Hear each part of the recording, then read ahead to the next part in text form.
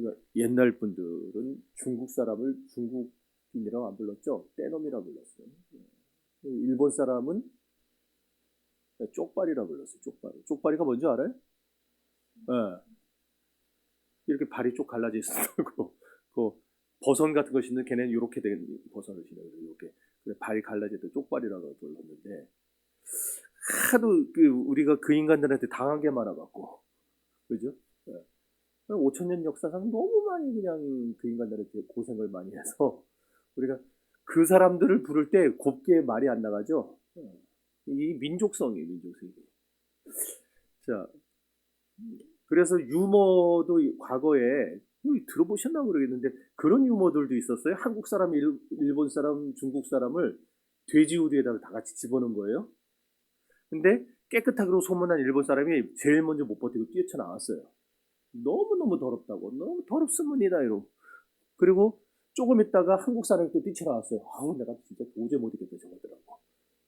근데 아무리 기다려도 중국 사람이 안 나와요. 나중에 뭐가 나오긴 나왔는데 뭐가 나왔을까요? 돼지가 나왔어요. 돼지가 나오면서 그랬대요. 내 저런 더러운 인간 내가 보다보다 처음 본다고. 아, 이거 중국 사람들 들으면 안 되는데. 왜냐하면 그 중국 사람들, 일본 사람들에 대한 뭐 무슨 감정이라고 해야 되나? 반중 감정, 반일 감정? 네, 그런 것들이 유머에까지 섞여서 나온 건데, 삼국지 읽어보셨죠? 삼국지 보면 관우가 독화살을 맞아가지고 부상을 입은 장면이 나와요. 그래서 거기에 여러분 중국의 명의가 있었죠. 화타라고 불렸던. 화타가 거기 등장합니다.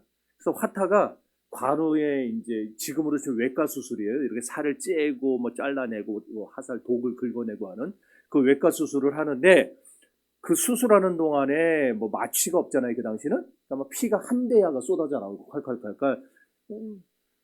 그리고 이제 상처 부위를 도려낸 다음에 뼈를 깎는 거예요. 이제 뼈에까지 이제 독기운이 스며들었으니까 뼈를 막 긁어내는데 얼마나 아프겠어요. 그래서 이제 독을 제거하는데 수술하는 화타는 땀을 뻘뻘 흘려요. 그 삼국지를 보면은. 근데 관우는요, 땀 한 방울 안 흘리고 자연스럽게 바둑을 두었다고 합니다. 뻥도 그런 뻥이 어디 있겠어요. 아, 참 중국 사람들 뻥. 근데요, 중국 사람들이 그걸 가지고 근거로 무슨 말 하는지 아세요? 중국 사람들이야말로 인내심이 강한 민족이다. 자화자찬합니다. 뼈를 깎는데도 아무렇지도 않게 바둑을 두는 민족이라는 거예요. 그러니까 돼지우리에서도 돼지가 먼저 뛰쳐나왔겠죠. 뭐 판단은 여러분이 하실 거고. 왜 이런 이야기로 먼저 시작하냐면은 그 인내라는 거를 지금 이제 말을 하려고 그러네요. 오늘 야고보서 5장에서 말하고 있는 인내라는 거. 이거 동서고금을 막론하고 모든 이들이 칭송하는 덕목이 인내입니다. 성경도 이런 인내에 대해서 여러 부분에서 말씀을 할 정도로 특히나 성도들에게 꼭 필요한 덕목이라고 말씀할 정도로 성경도 인내를 강조하죠. 심지어 사랑장, 여러분 잘 알고 있는 사랑장 고린도전서 13장을 보더라도요. 거기에 믿음, 소망, 사랑이 나오죠. 근데 이 중에 제일은 뭐라 그랬어요? 사랑이라 그랬는데 그 사랑을 설명할 때 제일 처음 인용한 구절이 뭐냐면 인내입니다. 오래 참고. 사랑은 오래 참고. 인내가 나와요. 베드로 사도가 베드로서 1장 5절에서 이하에 보면은 너희 믿음의 덕의 지식을 지식의 절제를 절제의 인내를 공급하고 그랬어요. 그러니까 쭉 하나씩 단계를 밟아 나가는데 마지막에 결국 인내가 있어야 된다라는 얘기를 하고 있는 거예요. 히브리서 기자도 히브리서 12장 1절에서 이러므로 우리에게 구름같이 둘러싼 허다한 증인들이 있으니 인내로서 우리 앞에 당한 경주를 경주하라. 인내로서. 그러니까 성도가 이 인내라는 게 얼마나 성도에게 꼭 필요한 건가를 지금 말씀을 해주셨어요. 그리고 오늘 야고보사도 우리가 야고보 5장을 읽었는데 야고보서 1장 4절에도 보면은 성숙한 신앙인이 되기 위해서 반드시 인내라는 덕목을 갖춰야 된다고 강조를 합니다. 이렇게 성경 저자들은요 하나같이 인내가 우리 신앙생활에 있어서 얼마나 필요한 덕목인가를 강조한다라는 거예요. 그렇다면 과연 인내는 뭐냐? 인내가 뭐냐? 계속해서 모두가 다 인내를 강조하는데 동양이든 서양이든 다 인내를 강조하는데 도대체 인내가 뭐냐는 거예요. 어떻게 사는 게 인내하는 삶인가? 어떻게 사는 게? 여러분 오늘 우리가 살아가는 이 시대는 사는 것 자체가 참 짜증스럽고 부담이 많은, 화가 많은 시대죠. 이런 시대를 살면서 도대체 어떻게 우리더러 인내하라는 것인가? 그럼 오늘 야고보가 말하는 인내는 뭐고 우리가 어떻게 해야 인내할 수 있는가? 첫째는 인내란 소망 중에 기다리는 거라고 성경이 말씀합니다. 자, 7절과 8절 다시 읽습니다.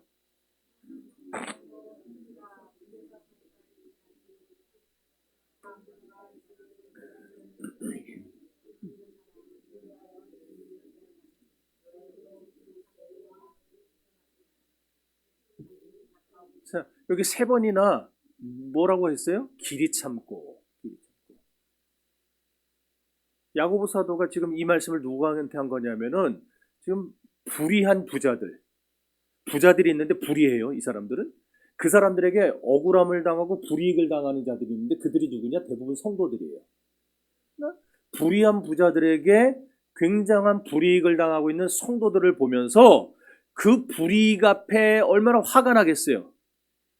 얼마나 분노가 끓어오르겠어요. 근데 그런 성도들에게 베드로가 지금 하는 말이 참지 마! 그게 아니고 참고 견뎌라. 그것도 길이 참아라. 참고 또 참아라. 그 얘기를 하고 있는 거예요.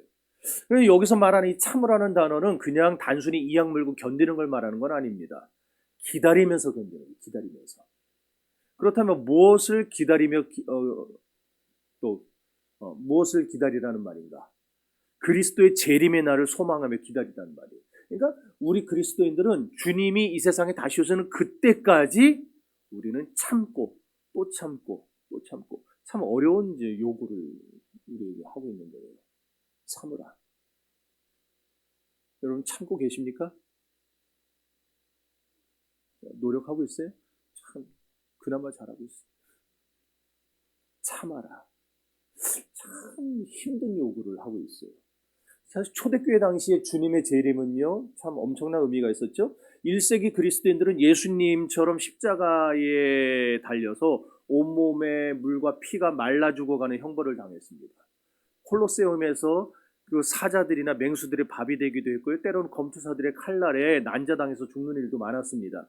그러나 그 초대교인들은 그 모든 상황 속에서도 주님이 재림하시는 날을 기대하며 기다렸어요.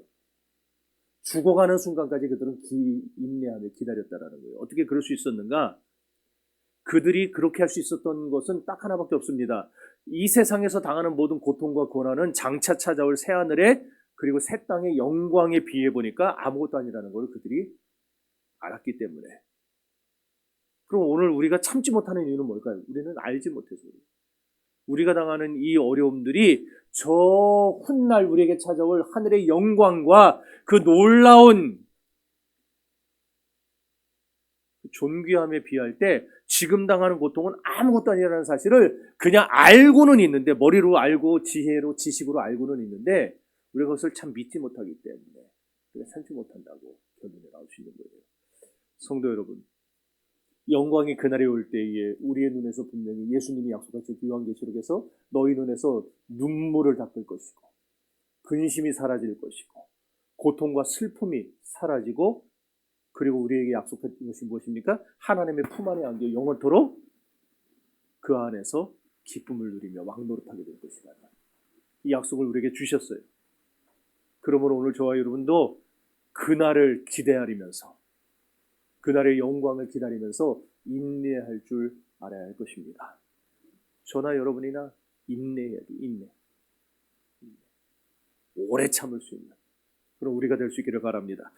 그들에게 있어서 그리스도의 재림은 이렇게 삶의 희망이었고 꿈이었던 것이죠. 그리스도의 재림을 기대하면서 살았습니다.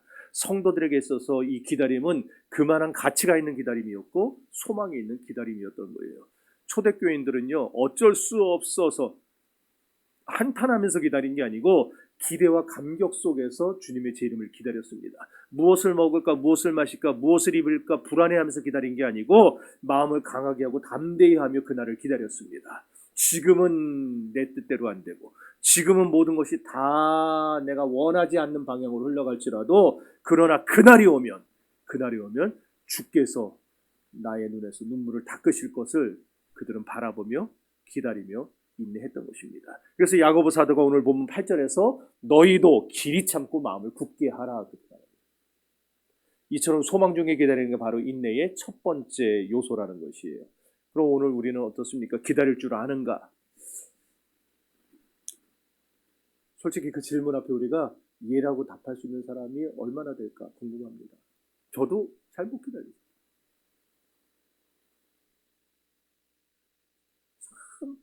제가 참는 걸 잘하는데도 잘 못 기다려요, 사실은.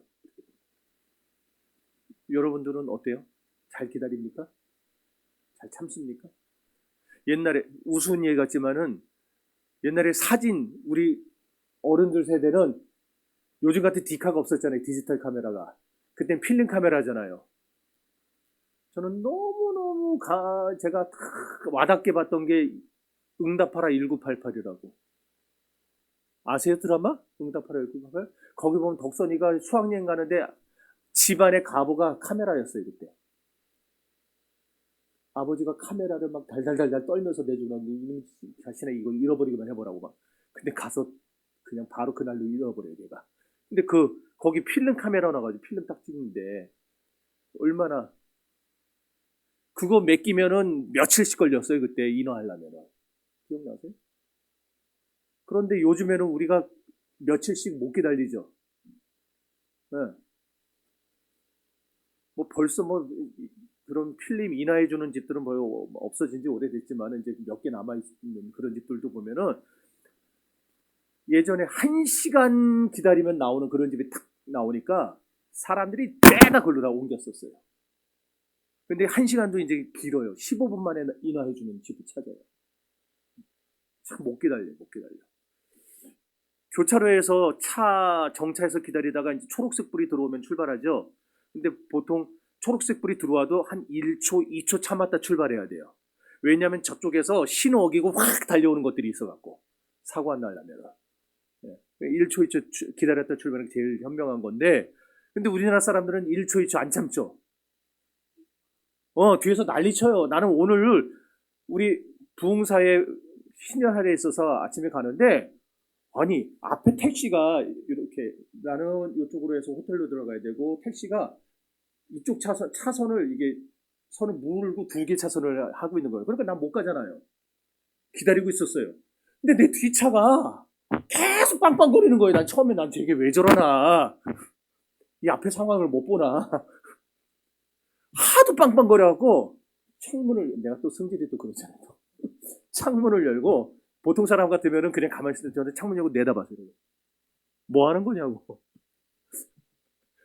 잠시 또 조용하더니만 또 조금 있다 또 빵빵거리고 나보고 그 옆에 삐죽고 가라는 거예요. 난 그래서 그 차도 호텔 들어가는 차인 줄 알았어요. 아니더라고. 호텔 들어오면 내려서 한마디 해야지 그랬는데 옆으로 쑥 빠져나가더라고. 와, 그걸 못 참고 몇 초를 못 참아가지고 난리를 쳐. 그냥 신호 바뀌기 전에 황색불에 벌써 밟고 있다가 그냥 탁 바뀌는 순간 치고 나가야 직성이 풀리나 봐요. 고속도로에서 차 밀리면요 아무리 옆에 전용 차로가 있고 뭐 갓길이 비어 있어도 가면 돼요 안 돼요? 안 되잖아요. 근데 일단 거기로라도 달려서 남들을 추월해야 속이 시원한 사람이 있더라고요. 고속도로 달리면 꼭 버스 전용차로 달리는 사람들 보죠. 갓길 달리는 사람들. 희한한 사람들. 하지 말라 그러면 하지 말아야 되는데 생각해요.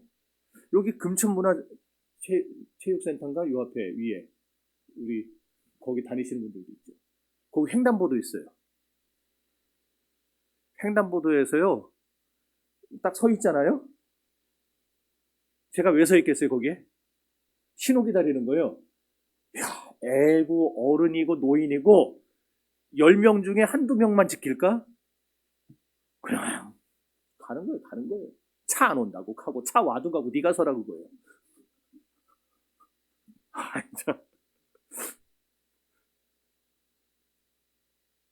뭐 좀 극단적인 예일 수도 있겠지만은 어쨌든 기다리질 못해요. 외국 사람들하고 우리나라 사람들하고 사탕 먹는 법이 틀립니다. 아세요? 아시나 보네다. 우리는 외국 사람들이 사탕을 주면요 빨아먹어요 계속 다 녹을 때까지. 근데 우리는 사탕 주면은요 바로 깨물어요. 바로 깨물어서 먹고 한국 사람들이 참 급해요. 오죽하면은 여행지 가면은 현지인들이요 다른 말 몰라도 그거 알잖아요. 빨리빨리. 한국 사람인 거 확인만 되면은 빨리빨리. 그 다음에 또 하나 하는 거 있죠. 만 원. 옛날엔 1,000원이었는데 1,000원 그랬는데 이제 만 원. 어떤 아버지가 아들의 성적이 하도 안 오르니까 학원에 돈 들여서 학원 보내고 쪽집게 과외시키고 했는데 그래도 안 오르는 거예요. 화가 나서 아버지가 아들한테 그랬어요. 이번에도 성적이 안 오르면은 너희놈의 쉽게 너하고 나하고 부자간의 관계를 끊어버리겠다고. 알아들었어! 애가 이제 시험을 쳤어요. 성적표 나오는 날이 됐습니다. 아버지가 하루 종일 기다리다 아들이 오자마자 그냥 그런 거예요. 너 성적표 나왔지 1위네! 그랬더니 아들이 아버지를 보면서 뭐라 그랬게요. 아저씨 누구세요?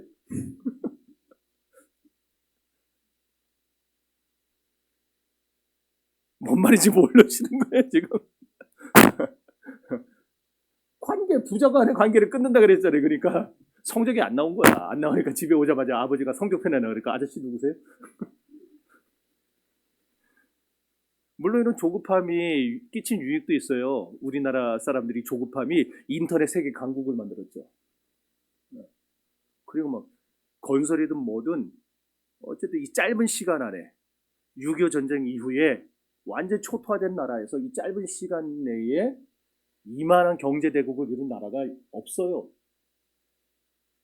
서구 유럽은 몇백 년에 걸쳐서 민주화가 이루어졌는데 우리나라는 민주화가 40년 만에 이루어집니다.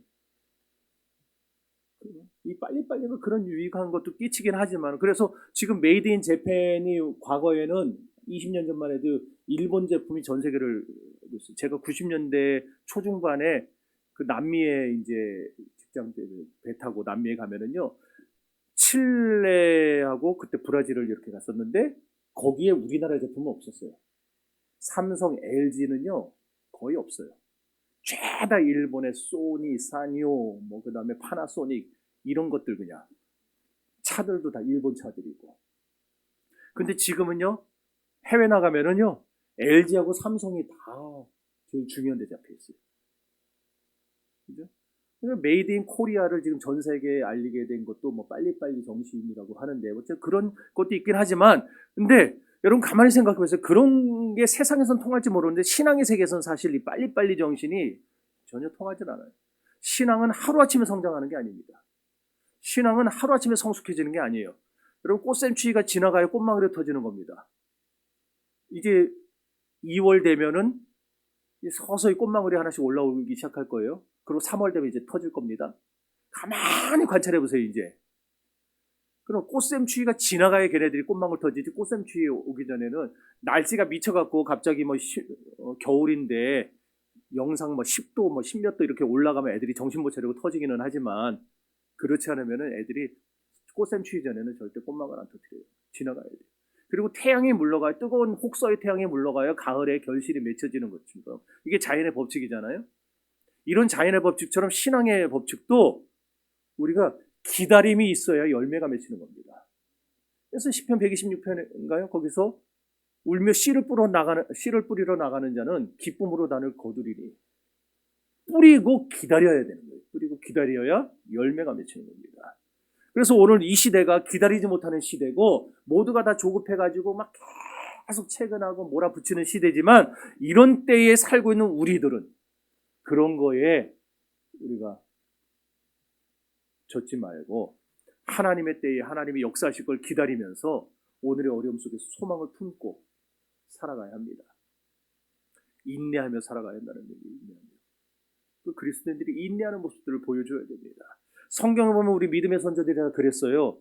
소망 중에 기다림으로 약속받았고 축복도 받았던 겁니다. 아브라함 이삭 낳기까지 여러분 몇 년 기다렸냐? 25년을 기다립니다. 75세에 처음 약속받아갖고 모르세요? 네. 75세에 처음 약속받았잖아요. 갈대아우르에서 나오라 그러는 게 75세 때였잖아요. 그 다음에 83세에 받았고 89세에 90세에 받았고 99세에 받았고 100세에 드디어 아들을 얻죠. 25년이거든요. 25년. 그 오랜 기간 동안에 기대와 소망 가운데 기다리다가 결국 약속을 받은 거예요. 약속을 열매로 받은 겁니다. 야곱은 또 어때요? 20년간 타향살이를 해요. 외삼촌 라반에게서 20년 동안 10번이나 임금을 떼어먹힘 당하는 아주 악덕고용주 밑에서 고통을 당하게 됩니다. 그러나 베델에서의 약속, 하나님이 베델에서 자기에게 나타나셨던 그 환상을 기억하면서 그날이 올 것을 그가 인내하고 기다리는 가운데 끝내 응답받죠. 요셉도 헤어진 아버지를 만날 때까지 28년이 걸립니다. 17에 헤어져가지고 30에 총리가 됐지만 30에 아버지 만난 게 아니에요. 총리가 돼서 흉년이 임하고 그 흉년 그 모든 과정 속에서 아버지를 나중에 만나게 되잖아요. 그래서 아버지를 만나기까지 28년이 걸려요. 하지만 하나님의 때를 기다리면서 소망 가운데 그가 끝내 승리하죠. 그러니까 우리 믿음에서 다윗도 마찬가지였어요. 사울에게 추격받는 백적관들 위기 앞에서도 다윗은 하나님의 때를 기다리며 살았어요. 그러다가 마침내 이스라엘의 통치자가 됐던 겁니다. 신앙의 선조들은 다 이와 같이 기다릴 줄 알았다는 거예요. 그러니까 기다리지 못하는 성도는요, 열매가 서리고요. 계란 삶다가 딱 완전히 얘가 삶아지는 시간이 있어요. 몇 분이더라? 10몇 분인가 그러죠? 13분인가 10분. 그거 전에 얜 다 익었겠지 하고서는 꺼내서 딱 깨뜨리면은 속에서 물이 줄줄줄 새 나오죠. 우리는 자꾸 빠른 응답을 원해요. 기도 한번 하고 하나님 응답, 기도 한번 하고 하나님 응답 주시고. 그렇게 응답 주실 수도 있지만은 그런 때도 있어요. 그러나 하나님은 하나님의 때를 기다리라고 하시는 거예요. 그러니 기도하고 안 이루어졌다고 해가지고 낙심하고 포기하고 그거 진짜 어리석은 사람입니다. 기도는 언제까지 하는 거라 그랬어요? 제가 얼마나 강조해서 이제 다 외우죠. 기도는요, 이루어질 때까지 하는 게 기도예요. 그러니까 우리 기도는 안 이루어지는 게 없어요. 전 지금까지 그랬다니까. 100% 기도 응답 받았어요. 왜? 이루어질 때까지 하니까. 이루어질 때까지. 여러분, 기다림의 날은 그런데 우리가 생각할 때는 오래예요. 너무 오래 걸리는 것 같다. 그러나 그렇지 않아요. 그렇게 오래 걸리지 않을 겁니다. 여러분 모두가 기다림 이후에 응답 주시는 하나님을 신뢰하면서 살아갈 수 있게 되기를 주의 이름으로 축원합니다. 두 번째로 원망하지 않는 인내가 진짜 인내입니다. 원망하지 않는. 자, 9절 읽어봅시다.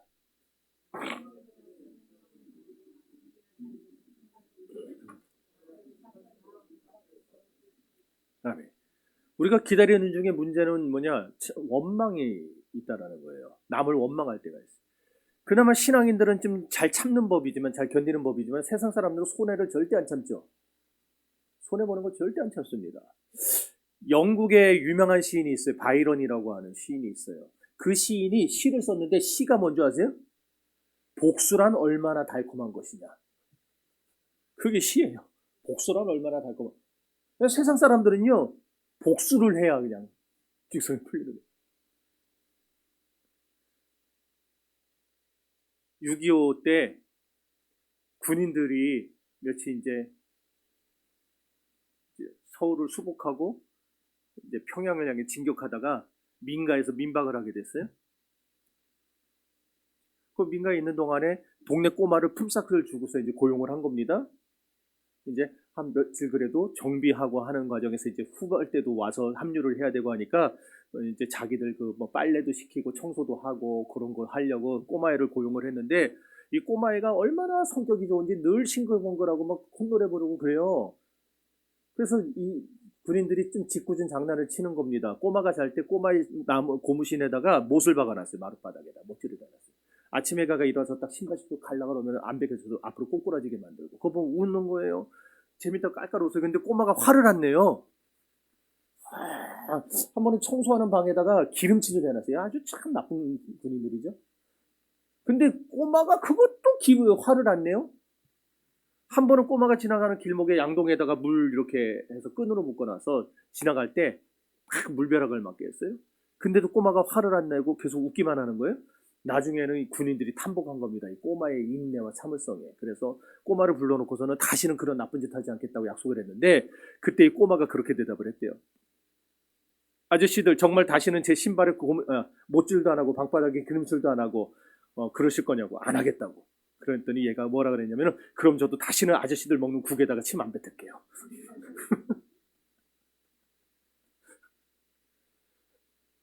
그 꼬마가 항상 무섭던 이유인 거예요. 니들이 그러면 나도 니들 국에다 침 뱉는다. 우리의 인내가 이런 식의 인내가 되면 안 돼요. 그리스도인의 인내는. 겉으로 보기에는 웃으면서 잘 참는 것 같은데 남이 보기엔 예수 믿는 사람답게 참는 것 같아요. 그런데 속으로는 칼을 갈고 있는 거. 이게 우리 그리스도인의 인내가 되면 안 됩니다. 세상 사람들은 그런 식의 인내를 참는 거라 말해요. 그건 복수하려고 참는 거죠. 우리의 인내는 그게 아니고 예수님의 말씀에 답이 다 나와 있습니다. 베드로가 말고의 귀를 잘랐을 때 예수님은 이것까지 참으라 그랬어요. 이것까지. 우리는 내게 손해가 와도 내게 저 사람이 나쁜 짓을 해도 참 사람이니까 견디기는 힘들겠지만 그러나 그것들을 참는 가운데 그 사람이 나를 통해서 주를 보는 거예요.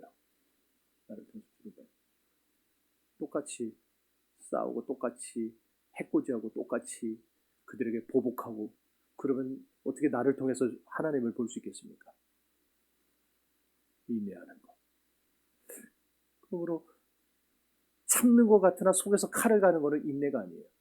진짜 인내는 하나님의 은혜로 녹이는 겁니다. 내가 여기 쌓여 있는데 이거를 삭히면서 이거는 인내가 아니에요. 하나님의 은혜로 다 덮어서 녹여버리는 거예요. 당한 것을 다 잊어버리고 미워하는 마음 녹여버리고 주님의 때를 기다리는 사람들이 될 수 있기를 바랍니다. 세 번째로 마지막 인내는 고난 속에서 끝까지 견디는 거예요. 10절.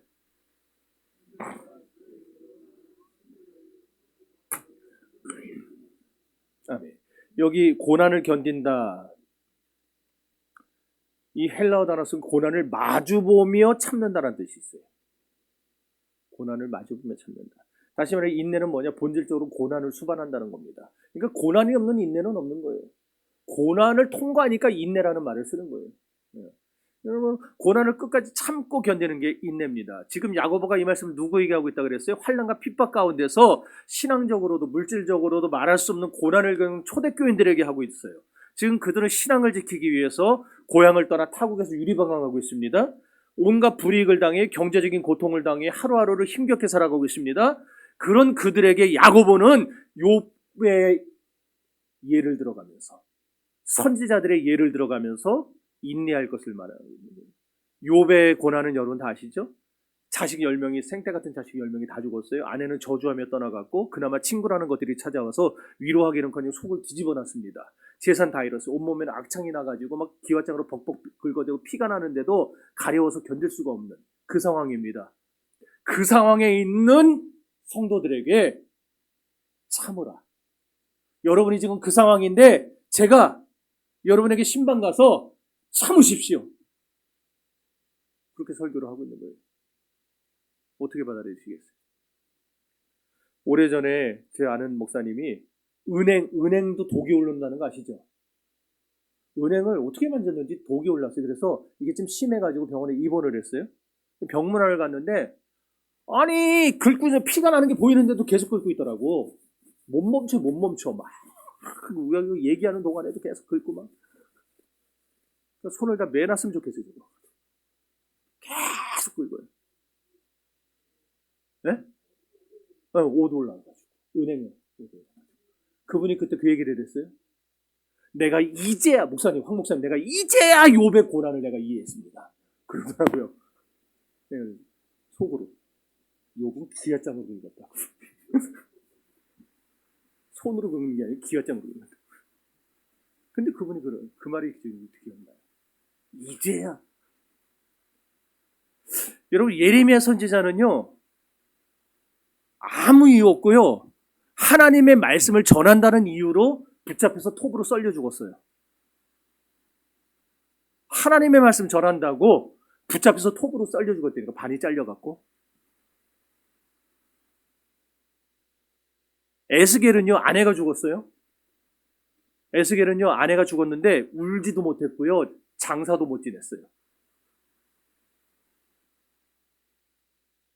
송 집사님, 여기 남자분들 아내가 얘예요, 얘. 죽었다는 게 아니라.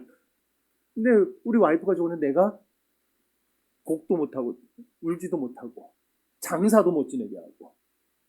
에스겔이 지금 그런 상황이에요. 지금 왜 그랬냐 하니까 이제 곧 멸망의 날이 다가올 텐데 그날이 되면 너희를 장사 지낼 줄 사람도 없고 너희가 곡할래야 곡할 힘도 없다는 걸 상징적으로 보여주기 위해서 하나님이 에스겔에게 그걸 못하게 한 거예요. 막은 거예요. 그럼 얼마나 고통스럽겠어요, 선지자가. 호세아는요, 영적으로 가늠한 이스라엘 백성들을 하나님이 끝까지 사랑한다는 걸 보여주기 위해서 호세아에게 정말 말도 안 되는 명령을 하시죠. 가늠한 이스라엘 백성들에게 찾아가서 가늠한 여자하고 결혼하래요. 제사장은 누구랑 결혼해야 돼요? 처녀하고만 결혼해야 돼요. 근데 가늠한 여자하고 결혼을 하래요. 이건 좀 말도 안 되는 명령을 지금 하나님이 하고 계시는 거예요. 근데 그 과정을 통해서 이 여자를 아내로 삼고 거기서 또 누구예요? 로암미, 로루하마 또 뭐 있는데?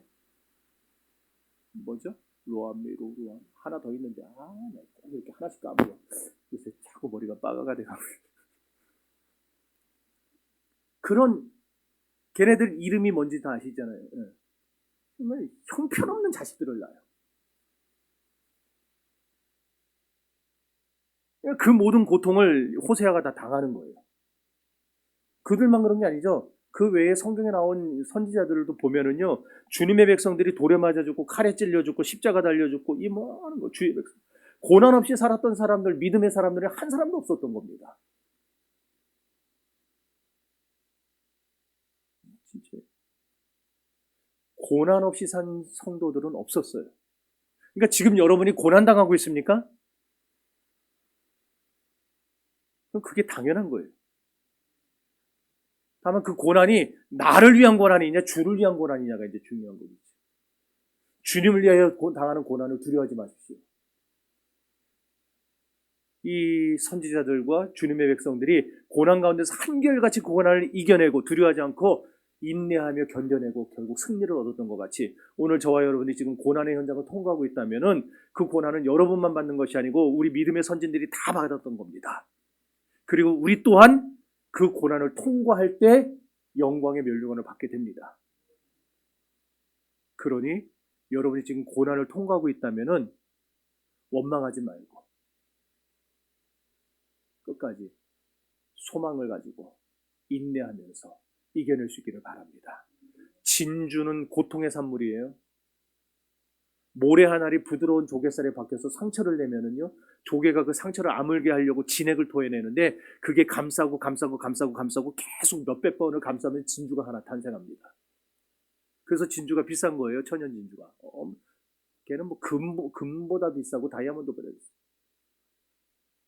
고통과 상처가 없으면 진주가 나오지 못하듯이 성도의 삶에도 고난이 없으면요 은혜가 있을 수 없는 겁니다. 네? 여러분들은 다 나름대로의 고난을 지금 겪고 있을 거예요. 지금 그걸 통과하는 중일 겁니다. 그때 기억하십시오. 고난은 축복의 통로입니다. 고난이 없으면 축복도 없는 겁니다. 노 크로스, 노 크라운. 십자가 없이는 영광이 없는 것입니다. 성도의 신앙은 결국 모든 고난을 통과하면서 자라나는 거예요. 그래서 고난은 오늘 설교 제목 아까 여러분들 보셨나 모르겠는데 고난은 변장하고 오는 하나님의 축복이에요. 할렐루야! 사랑하는 성도 여러분, 앞으로 우리에게 주어진 인생을 사는 동안 어떤 종류의 고난이 얼마나 많은 어려움이 우리에게 찾아올지는 모릅니다. 그러나 분명히 알 수 있는 거 한 가지는 고난이 축복의 통로고 은혜의 지름길이라는 사실입니다. 그러니 소망 중에 주님을 나를 기대하며 인내하며 사시기 바랍니다. 그렇게 믿음으로 승리하는 여러분들 모두가 되시기를 주의 이름으로 축원합니다. 기도합시다. 저는